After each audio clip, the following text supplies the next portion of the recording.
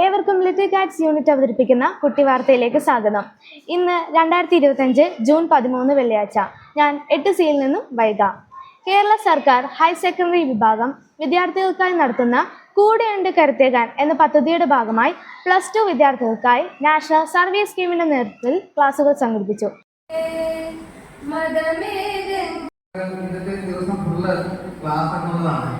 School ഓഡിറ്റോറിയത്തിൽ സംഘടിപ്പിച്ച class കുട്ടികളുടെ സജീവ പങ്കാളിത്തം കൊണ്ട് ശ്രദ്ധേയമായി.